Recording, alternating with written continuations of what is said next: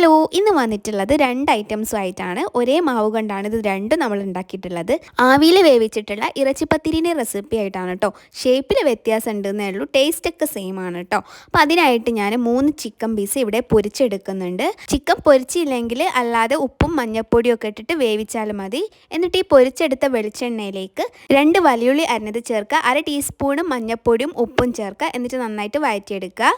ഇനി ഒരു മിക്സീൻ്റെ ജാറിലേക്ക് 1 കപ്പ് പത്തിരിപ്പൊടി ഇട്ടിട്ടുണ്ട്. വറുത്ത പത്തിരിപ്പൊടിയാണ്. 1 കപ്പ് വെള്ളവും ചേർത്ത് ജസ്റ്റ് ഒന്ന് അടിച്ചെടുക്കുക. ഇനി ഇതിലേക്ക് 1/2 കപ്പ് തേങ്ങ ചിരകിയതും 3-4 ചെറിയുള്ളിയും 1 ടീസ്പൂൺ വലിയ ജീരകവും 1 എഗ്ഗും ചേർത്ത് നന്നായിട്ടൊന്ന് അടിച്ചെടുക്കുക.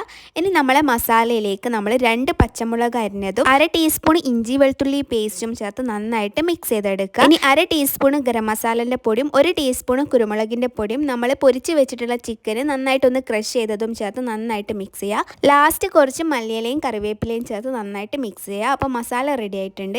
ഇനി നമ്മൾ നേരത്തെ അരച്ച് വെച്ചിട്ടുള്ള മാവ് ഒരു പാത്രത്തിലേക്ക് ഒഴിച്ചു കൊടുക്കുക. അതിലേക്ക് 1/2 കപ്പും കൂടിയും വെള്ളം ഞാൻ ഒഴിച്ചു കൊടുത്തിട്ടുണ്ട്.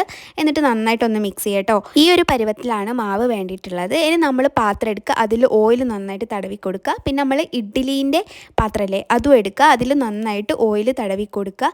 എന്നിട്ട് നമ്മൾ ആദ്യം ഇഡ്ഡലീൻ്റെ പാത്രത്തിൽ കുറച്ച് ഇങ്ങനെ മാവ് ഒഴിച്ചു കൊടുക്കുക. എന്നിട്ട് നമ്മൾ ഫില്ലിങ്സും അതിൻ്റെ മുകളിൽ ഇങ്ങനെ ഇട്ട് കൊടുക്കുക കേട്ടോ. 10 മിനിറ്റ് മുമ്പേ ഇഡ്ഡലി ചെമ്പ് നമ്മൾ സ്റ്റൗവിൽ വെച്ചിട്ടുണ്ടായിരുന്നു. അതിൻ്റെ മുകളിൽ നമ്മൾ പാത്രം വെക്കുക. എന്നിട്ട് ഫസ്റ്റ് കുറച്ച് ഒഴിച്ചു കൊടുക്കുക. എന്നിട്ട് അത് അടച്ച് വെച്ചതിന് ശേഷം ഒന്നായിട്ട് മസാല ഇട്ട് കൊടുക്കുക. പിന്നെ അടുത്തതും അങ്ങനെ റിപ്പീറ്റ് ചെയ്യുക കേട്ടോ.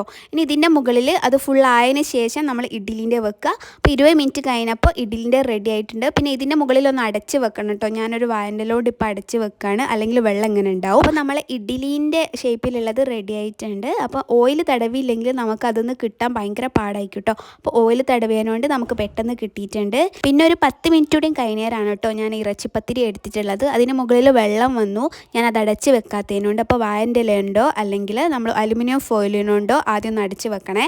ഇനി നമുക്കിത് കട്ട് ചെയ്ത് നോക്കാം. പിന്നെ ഇതിന് മുകളിലുള്ള വെള്ളം ഞാൻ ലാസ്റ്റ് ജസ്റ്റ് ഒന്ന് ഒപ്പിക്കൊടുത്താണ് കേട്ടോ. അപ്പോൾ അടിപൊളിയാണ്, എല്ലാവരും ട്രൈ ചെയ്ത് നോക്കുക.